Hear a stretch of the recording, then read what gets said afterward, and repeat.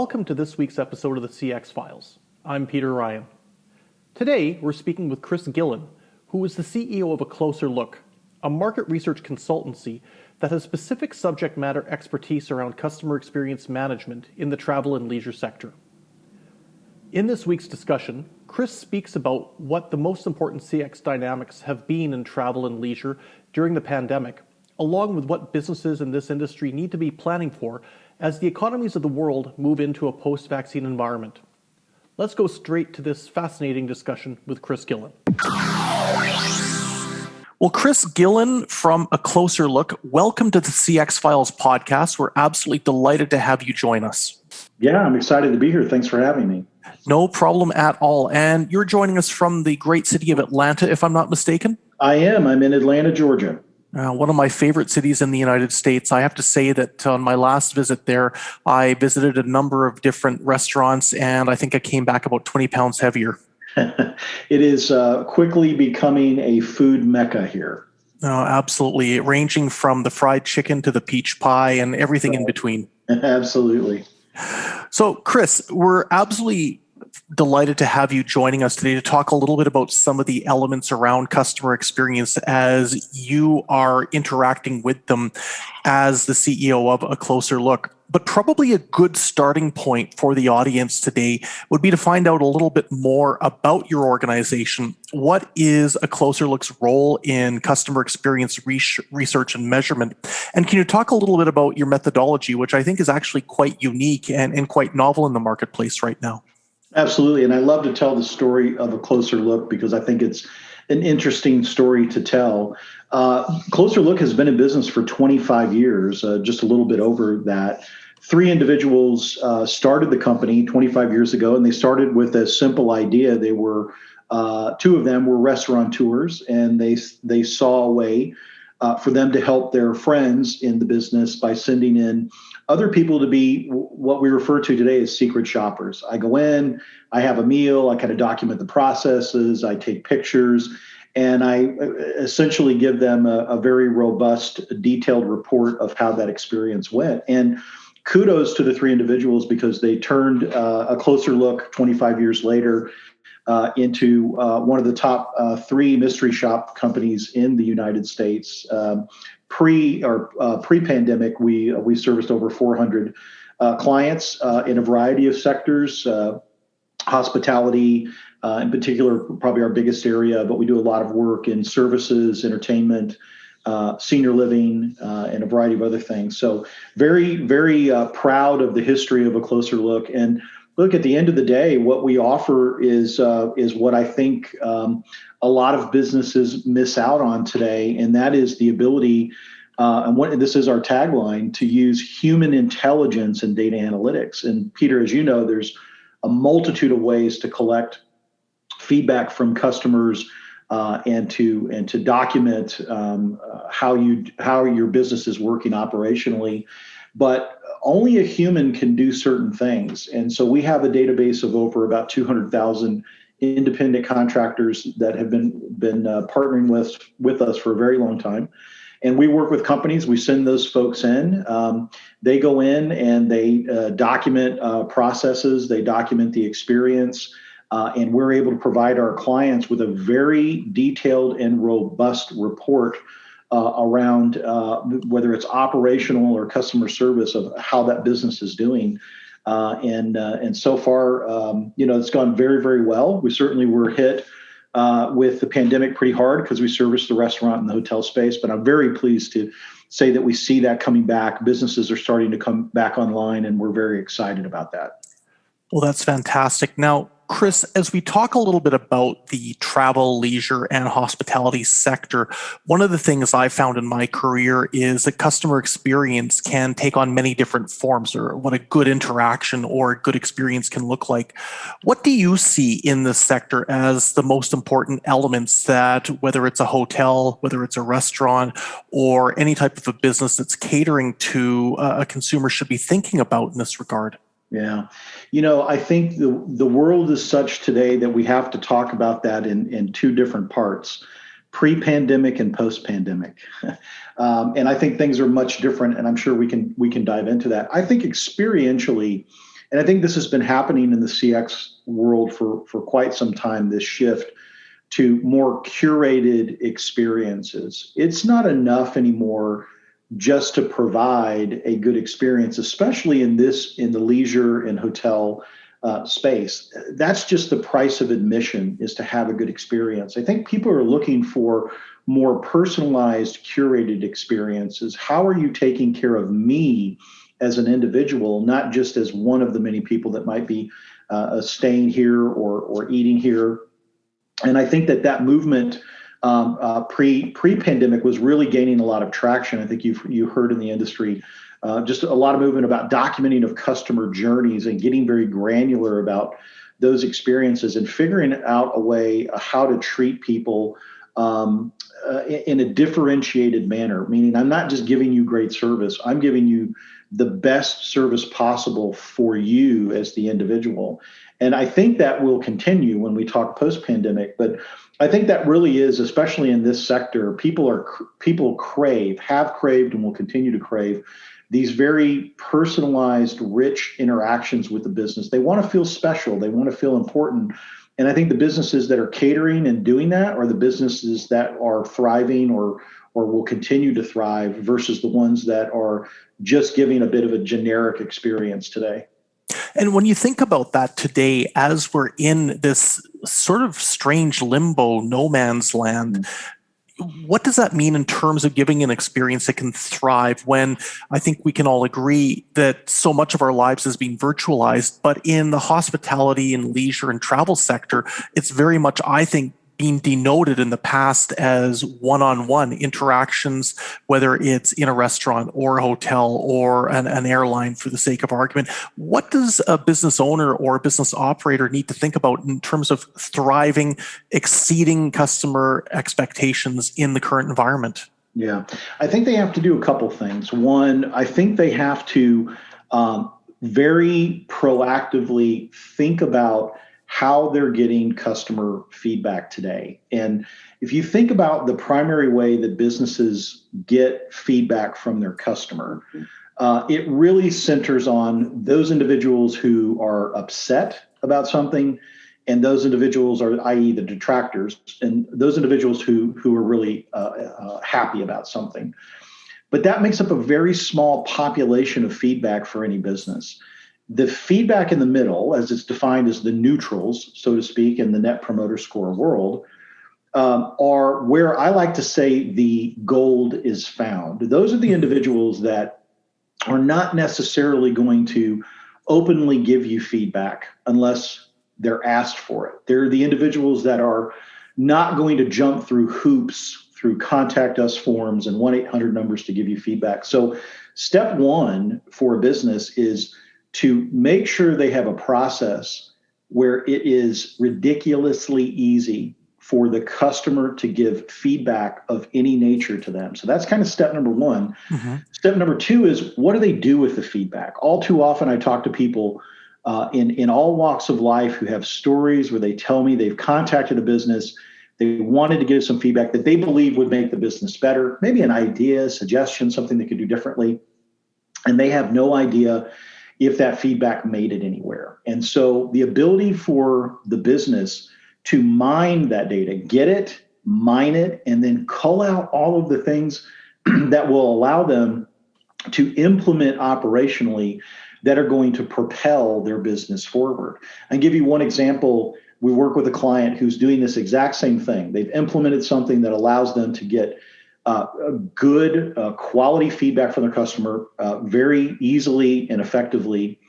They have taken that information, they're mining that information, and in this particular case, they saw an overwhelming trend where the customer was asking for something very particular in large numbers. They were able to take that data, implement it, let the customer know that we've heard you, and their business actually saw a material increase in revenue because of that. And I know I'm being a little bit vague because I can't say who, but that is really what I think businesses will have to do, especially post-pandemic, if they really want to be committed to customer service And if they really want to find out the things that they can do and implement that are going to help them continue to create these individual or curated experiences for their customers.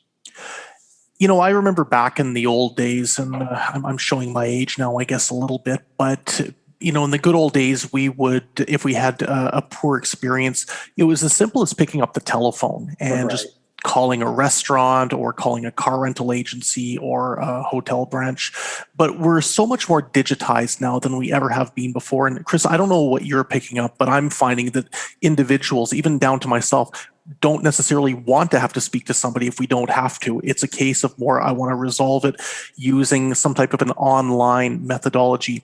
What are the channels looking like that individuals are looking to try and interact with businesses in the travel and hospitality sector like right now? Are they still defaulting to the phone, or are you seeing this element towards more digitization coming through in the research that you're doing?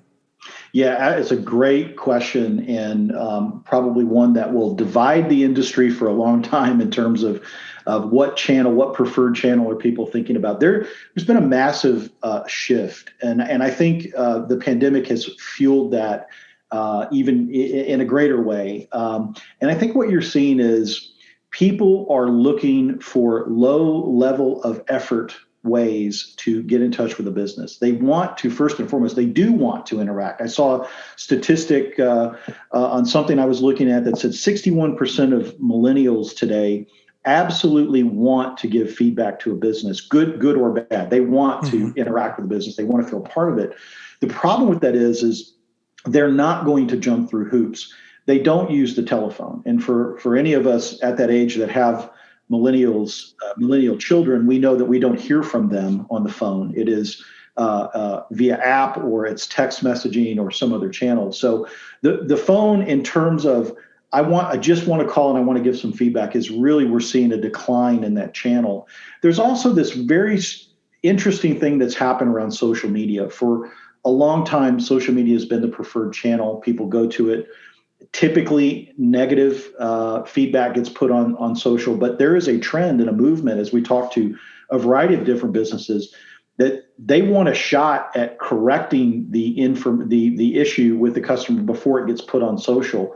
So thinking about a more direct, low level of effort way to get in touch with the business is what a lot of businesses are working on. The first thing that you think about is, okay, well, if I have an app, especially in the hotel section, when you think about big hotel chains like Marriott and Hilton and Frequent Stay, I probably have downloaded their app. And I think those places have done a good job of opening up channels of communication to allow me to interact. However, it still only accounts for a smaller population of the customer base. You still have a lot of people that are visiting hotels that are not doing it frequently enough to download an app. So when you strip away, I really don't want to go to social. I'm not going to pick up a phone. I'm not a frequent power user of a particular brand's app, so I'm not going to communicate. What you're left with is email, which we know is a dying medium today because of spam filters and all the other things that just kind of keep these emails out of my sight. And so where I'm going with all of this is a long way to say, we believe that the power of text messaging, it's time. Text is the great equalizer, we like to say, because everybody's got it, whether you're Android or Apple, whether you're 8 to 80, everybody knows how to send a text message. And we're seeing a growing movement of businesses opening up text, which has primarily been reserved for more marketing related things, turn that operationally and allowing the customer to very easily give them direct private feedback via text message that they can take, they can action, they can go back and rebuild a relationship with the customer if it's negative, or they can use that feedback in a way, as I mentioned earlier. So we really are seeing this dynamic shift away from some of these traditional contact us, if you will, channels to things that are a little bit more progressive and certainly lower level of effort. Okay, really interesting. And I think you're right that the channel evolution is really shifting rapidly, even in the digital elements. And I would take your point about the fact that email is certainly declining, and that's correlated with a lot of the research that we're doing at Ryan Strategic Advisory right now. And from the standpoint of texting, Chris, does the text messaging element take into account not just our traditional SMS, but also now some of the more, how would we say, technologically advanced elements such as WhatsApp, Telegram, or even some of the social platform messaging applications that you can find? Yeah, it does, and I think you're going to see a grow. It's all been about Instagram and Facebook and Twitter, and I think and again, I'm not an expert in that field, but everything that I'm reading certainly shows that there's a decline of people on those platforms and moving away, and they're moving away to more secure channels like Signal and Telegram and things of that nature. I think you're going to see a growing trend continue as more businesses probably get on those channels to have that direct and private communication. But we're also seeing great things happening with operational text. It's been around and for a long time. And if you ask a business owner today about text, they typically will automatically think about marketing and push notifications.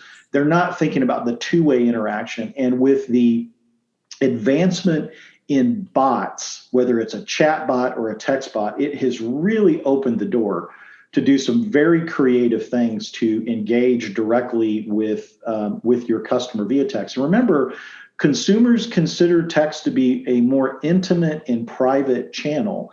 So a business has to obviously be careful about how they use that. But if they do it correctly, and we've actually launched a couple of programs that are text-based that allow this, we've seen an adoption rate that's second to none. I mean, we've implemented a couple things around text surveys where the question was, will the customer even engage in this? And overwhelmingly, they do, because it's native to them. They don't download anything. They already know how to use it. And if you apply artificial intelligence and bot technology, so you're making whatever you're collecting really, really simple, the engagement level is really high. So we're very bullish on how text will continue to kind of shape and redefine collection of data from your customer. But I do believe you're going to see growth in some of these other social things like Signal, I know in particular, is one that's really become popular and growing. And there's already companies, I think, that are figuring out how to tap into that. But it is definitely shifting, and I think will continue to shift. Okay, Chris, last question, and thank you. It's been a fascinating discussion, as I anticipated it would be. So we're moving into what we hope will be a post-vaccine period, and I think that that's further accelerated depending on the location that you might be living in. But broadly speaking, what do you think are going to be the biggest challenges when it comes to customer experience delivery that the travel and hospitality sector is going to face? And what do you think businesses need to do to be prepared to meet these changing expectations? Yeah, it's I'll use a football analogy.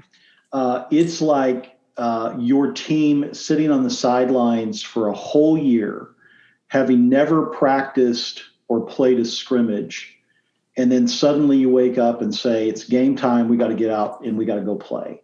And what my point with that is that hotels have been decimated. They've been shut down. They've been seeing very, very few people coming in.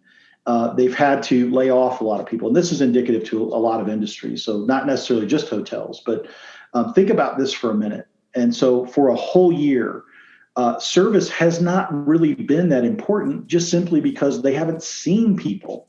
And their employees are probably not in the best place to handle what I believe will be the crushing volume of people that are ready to come back out. And I think they absolutely are. I keep hearing a lot of things being referred to post-prohibition. It's going to be like the roaring 1920s. And I believe that. And my biggest concern for all of these businesses is they're not going to be prepared to handle the volume because they haven't been, quote unquote, practicing or training for a whole year. And that can be even more detrimental because as a consumer, you've sat at home, you haven't had a nice meal, you haven't done a long weekend in a nice hotel. And so when you're ready to do that, your standards are going to be high. You're going to expect a very high level of service. You're going to expect that business to welcome you with open arms and to give you everything that you desire in terms of human interaction and service.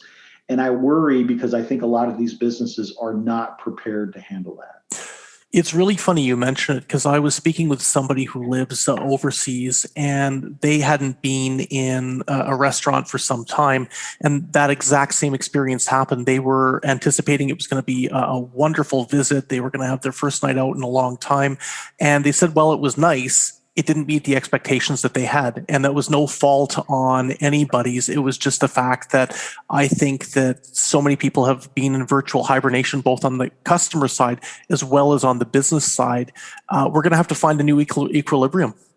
We absolutely are. And you are, I love that virtual hibernation, because that's what it is. And if you think about it, we've been wearing masks for a year. We've hidden facial expressions and smiles. We've social distance and purposely stayed 6 feet away. Yeah. It is the opposite of creating a great customer experience. And that's what we've known for the last year. So suddenly when I can come up to your table freely, or I can interact with you at a hotel and you're not wearing a mask, businesses have to ask themselves, are we ready for that? And if the answer is no, then what are you doing to get ready? And I think that goes back into making sure that you're retraining service as a priority. Your service has always been a priority, but you are putting service first and foremost, and you're driving that message, and you're ensuring that every interaction you have with a customer who's coming back to your business is a quality interaction. Chris Gillen from A Closer Look, thank you so much. It has been an excellent discussion. I think that our listeners are going to find a lot of very clear and quite frankly, very detailed insight in terms of our chat today. And we look forward to having you back on the CX Files, hopefully sooner rather than later. Thanks so much. It was a pleasure being here.